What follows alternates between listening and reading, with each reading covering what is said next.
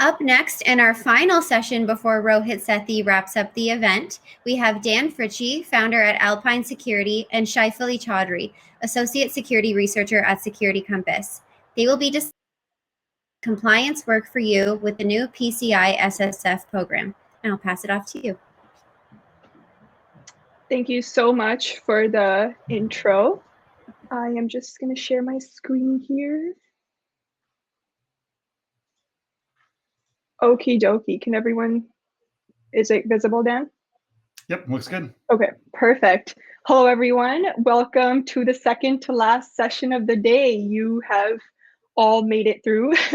My name is Shay, and I'm an associate security researcher at Security Compass, with a particular focus within the governance, risk, and compliance space.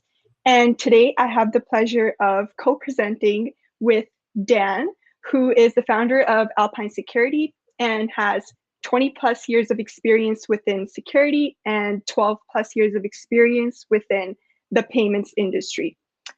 We will begin our session by providing a brief overview of the SSF framework, and then we'll transition into a discussion about some of the challenges and benefits this framework brings about as organizations try to leverage it to develop their payment applications. So the PCI Software Security Framework, or SSF, is a framework rather than just a single standard that replaces the currently in place PADSS and provides guidance on how to design, develop, and maintain different payment software. The two different programs that are already mentioned as a part of the framework are the Secure Software Standard, or S3, and the Secure Software Lifecycle Standard, or the Secure SLC. Each of these programs are made up of three parts: the standards, validation process, listings, as well as some guidance documentation and support documentation that is applicable to both programs. As for the impact on organizations, any application that gets listed under the PADSS version 3.2 now will face the expiration date of October 2022, where they will no longer be valid for deployment. So why should organizations care about this today? Well, because in exactly 6 days from now, June 30th, new applications can no longer be submitted under the PADSS. So meaning if someone hasn't already completed the validation process for PADSS, they will be required to use SSF. Before we move on to the next slide, Dan, anything else to further elaborate on here? Yeah, there's often confusion. This is what's considered a transition year where both PADSS and SSF are valid. And so, as you said, if you're not almost done with PADSS, if you haven't just about finished, then you have no choice to do any other future listings under the new software security framework. And those notes there about the current listing. So if you list it now, if you get it listed under 3.2, those all expire, if you will, in October of 2022. It doesn't mean they can't continue to be used. It's just that you can continue to deploy new versions of that, and everything will then start getting migrated to the new SSF program. So it is very similar. It's designed to kind of overlap with PADSS, but it's also important to note that it is a very different standard. It is completely separate, and it's been redesigned from the ground up. But we're going to talk more about that, so I'll let you continue. Perfect, thank you.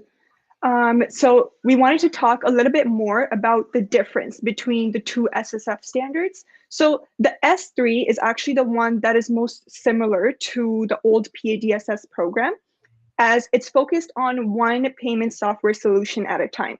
The eligibility criteria for S3 is basically any software products involved in payment transactions that store, process, or transmit cardholder data, and any products that are commercially available for sale to organizations. So the S3 does not currently apply to software applications developed for internal organization use. Applications that meet this eligibility criteria can then basically undergo the S3 assessment and get themselves listed on the PCI website. On the other hand, the Secure SLC is more focused on the application development lifecycle. So instead of being aimed at the payment software itself, this one is aimed at the software development vendor. The eligibility criteria is basically any vendors that are developing payment software, but it is important to note that the Secure SLC is an optional program, meaning there's no requirement for any developers to get validated and listed as a Secure SLC. And Dan can actually provide a bit more color on this as to how the optional Secure SLC and the S3 go hand in hand when we're looking for compliance within the PCI SSF. Yeah, so there's a lot of history here. As mentioned, it's a new standard, and the S3 version, if you will, that component of it is similar to PADSS, but it unlike the PADSS, that program was really designed to try to understand, try to secure cardholder data within an application, but it was based on the DSS, the PCI DSS standard, which was really based or focused more around network security. So they've redone the entire standard to take an approach that looks at both the secure development of the application as well as the secure performance of the application. So Secure SLC is going to be more about the sections from PADSS that are all expanded to make sure that the application is developed according to best practices and other things like that. And then the S3 standard is going to take the rest of those previous requirements, but then take a more application-based approach. And there's a lot of different benefits and challenges to doing this. There's a lot of benefits to getting the optional standard. So there are requirements, just like PADSS, that applications have to be listed under S3. And those same requirements don't necessarily apply to companies that want to go ahead and go through that process. But if you go through the process of getting Secure SLC and you get listed, it has a whole bunch of benefits. So it makes doing future S3 validations easier. There's the ability to do more of that stuff internally, including changes, which is actually a very big component, because one of the things in PADSS that was added in version 3 was versioning, and versioning has been removed from the SSF standard. So it really does make it easier to manage all of your version changes if you are listed as a Secure SLC company. Yeah. There's other things, but we're going to touch on some other differences here in a minute, so we'll keep going. Perfect. So obviously, as Dan mentioned, there are a lot of moving parts with PCI SSF, especially with the framework following this risk-based approach, which brings a lot more flexibility, but at the same time, it also has many challenges and changes. So I wanted to quickly go through how SD elements can be leveraged to meet the different aspects of PCI SSF. SD elements currently provides coverage for majority of the SSF objectives, with additional improvements on the roadmap for the next few releases. Our features and functionalities provide some key benefits when it comes to tackling such a rigorous framework.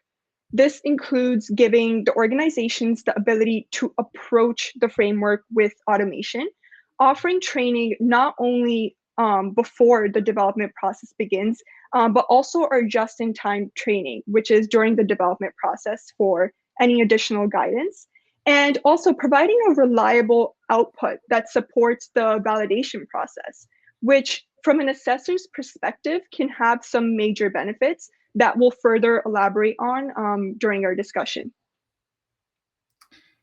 And I would just add, sorry. Yeah. I was just going to add to that one of the biggest challenges with the SSF program is one of its benefits, which is the flexibility.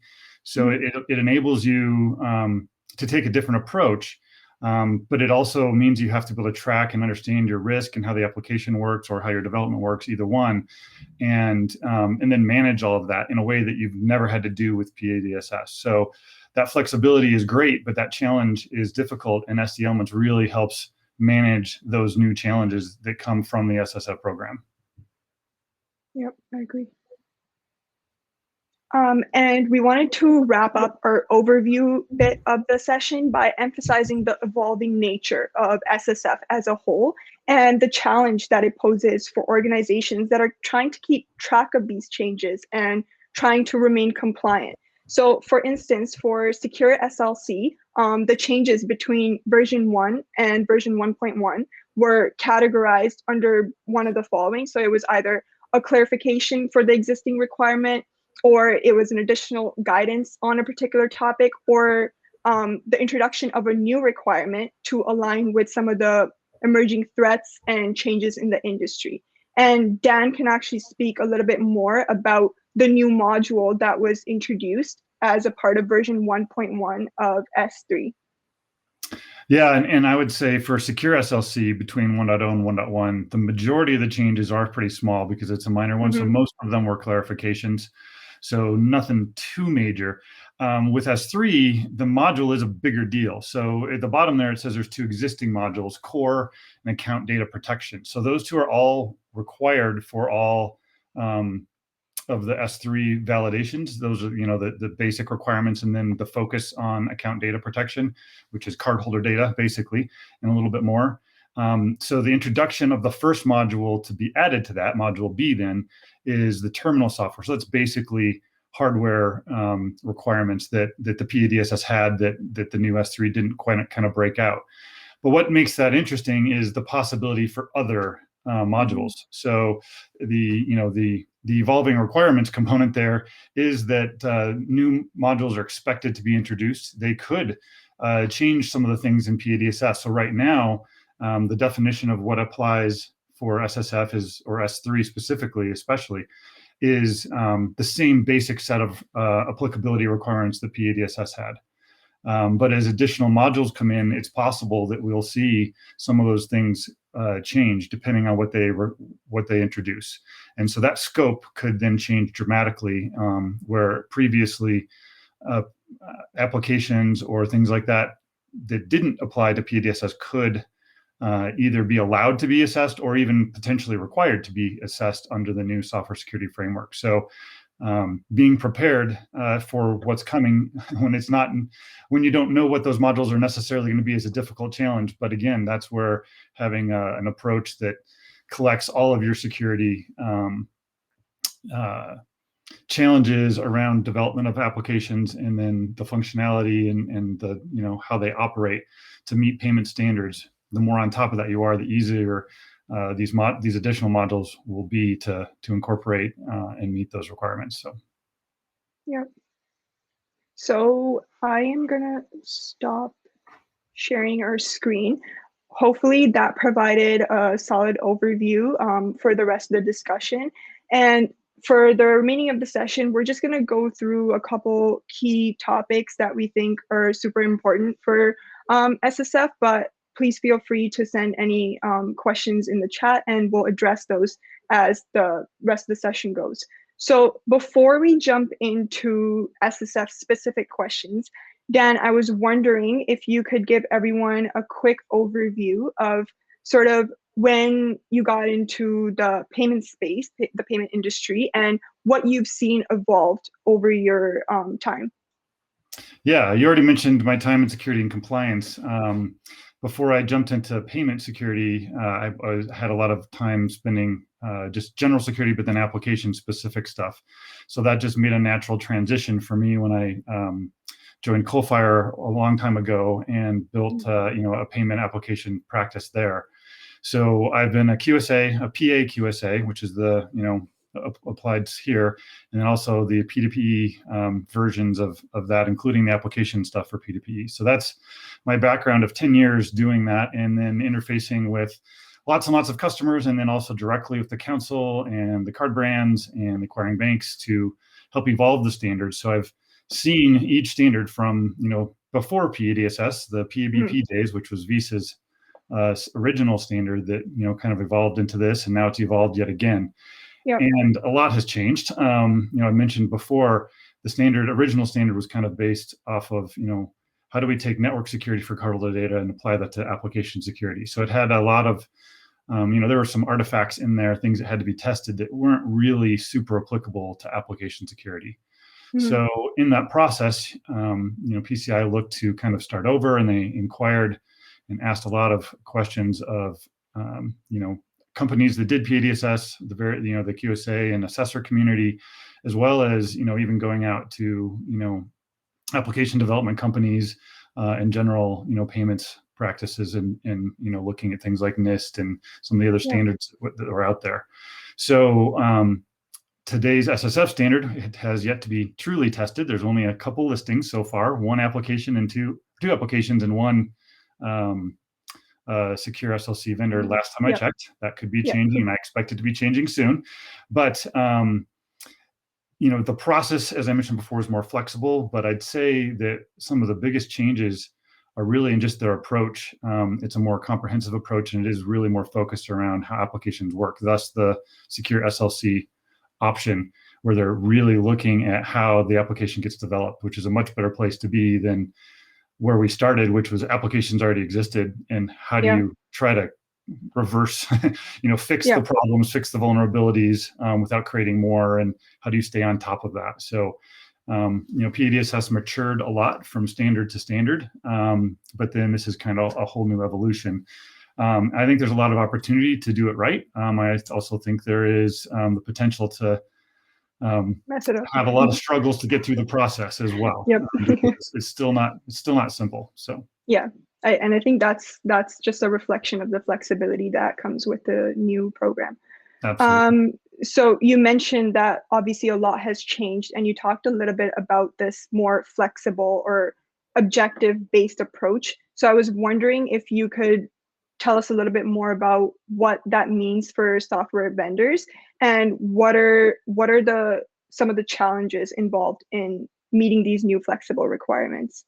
Absolutely. And please, if you're listening and you have questions, please type it in, and we'd love to address anything directly. But one of the biggest things is, in the past PDSS, we always called them requirements. And so with the new standards, the word requirement is still in there. Honestly, even the use of the word, S3 is not necessarily universal. PCI doesn't necessarily like that, but it is simpler to say than the whole thing, and same thing with secure SLC. So, but what they call them now are objectives. So instead of having a list of requirements, they have objectives to meet. So the best example that I like to give is around passwords. So in PADSS and PCI DSS, the old requirement, if you will, is simply that a password has to have 7 characters and use both alpha and numerics, which means the word password capitalized qualifies, which is a terrible security standard, right? That was the bare minimum. That's not the specific reason, but that's one of the reasons why sometimes PCI was considered, a low baseline, because if you take that as an example, it's not a good security baseline. The new objectives, instead of saying 7 characters and alphanumerics, instead it's going to say something more like you need to have use best practices for authentication to whatever access you're talking about. So your authentication controls need to use secure best practices. So that gives the flexibility for an organization to say, okay, in this context, we're going to use 8 characters, and we're going to require this, and we're going to require these many changes, and so on and so forth.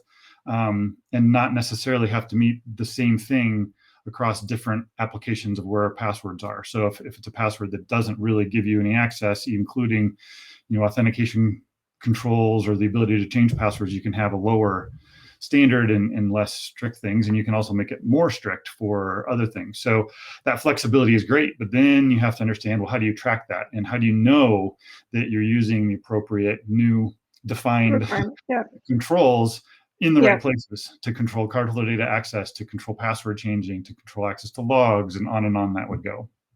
So the objective base is great, but that puts the onus more on the software vendor to come up with that. And then that's where, of course, coming up with a consistent plan and a tool that you can use to track and change and keep all of that. And that's just one example of dozens of challenges like that. Yeah, exactly.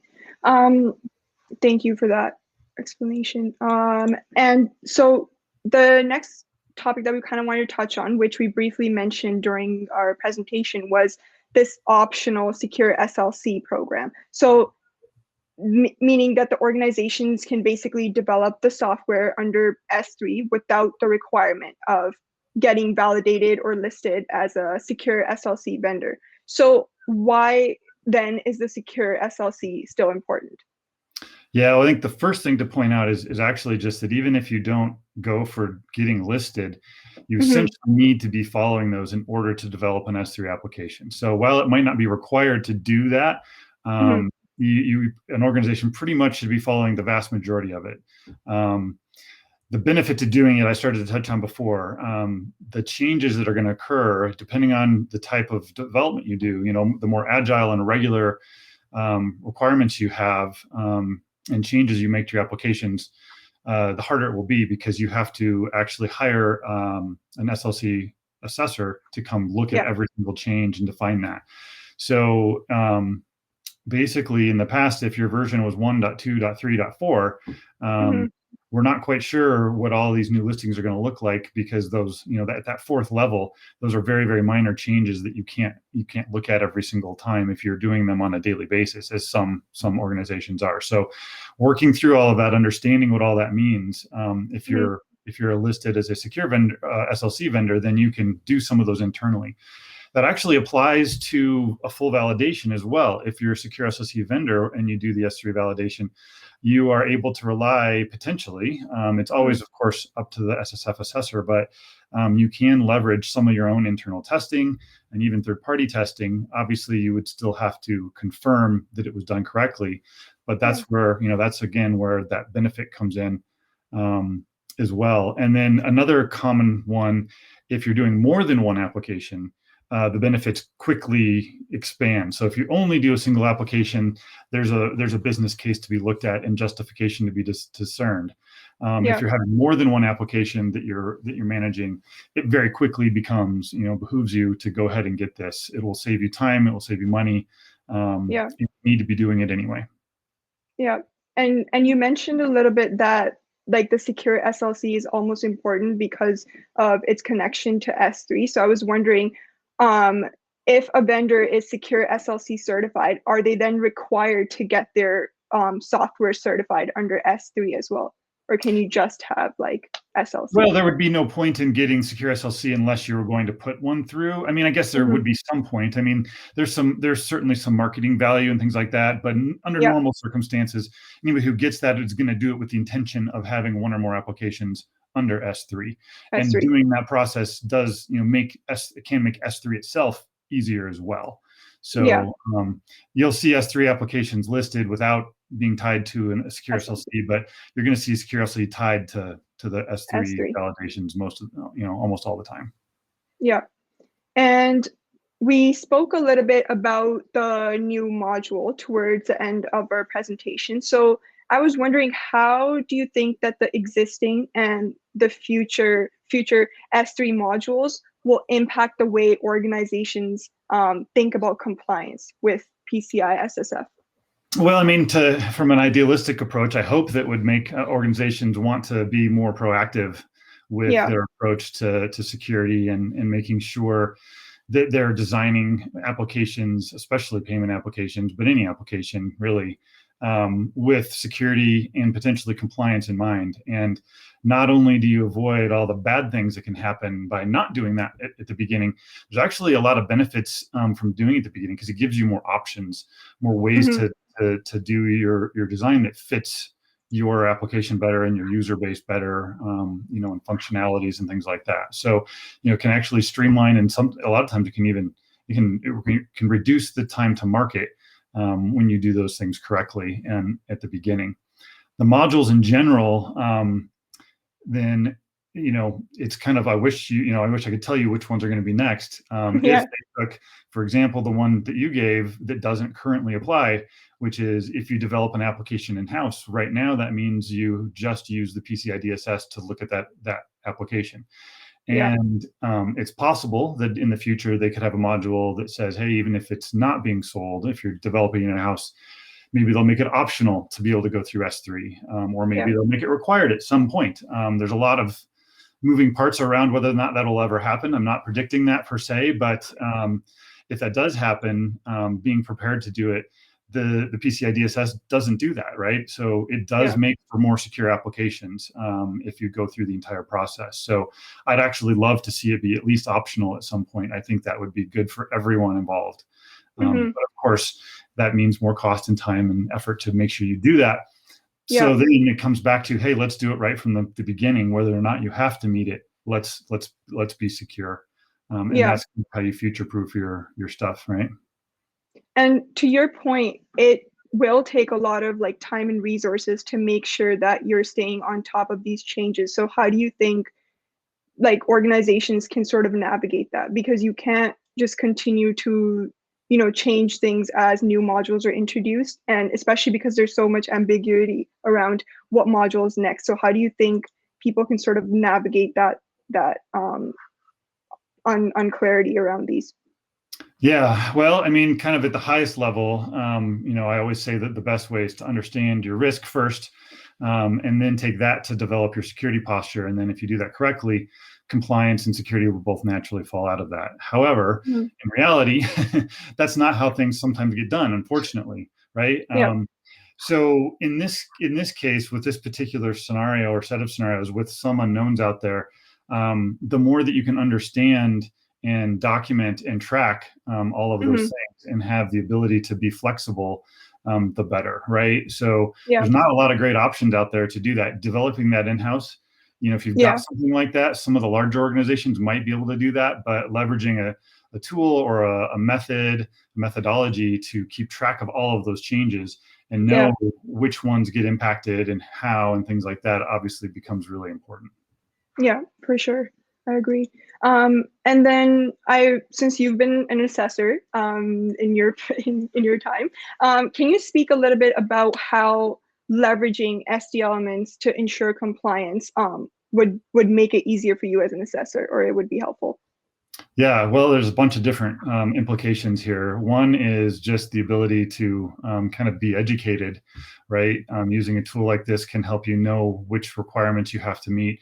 It actually, one of the best benefits is enabling a software developer to ask the right questions right away, right? So a lot of times you get in there and you don't know if you're doing it right, and you don't even know the right question. So if you can't ask the right question, you can't get the right answer.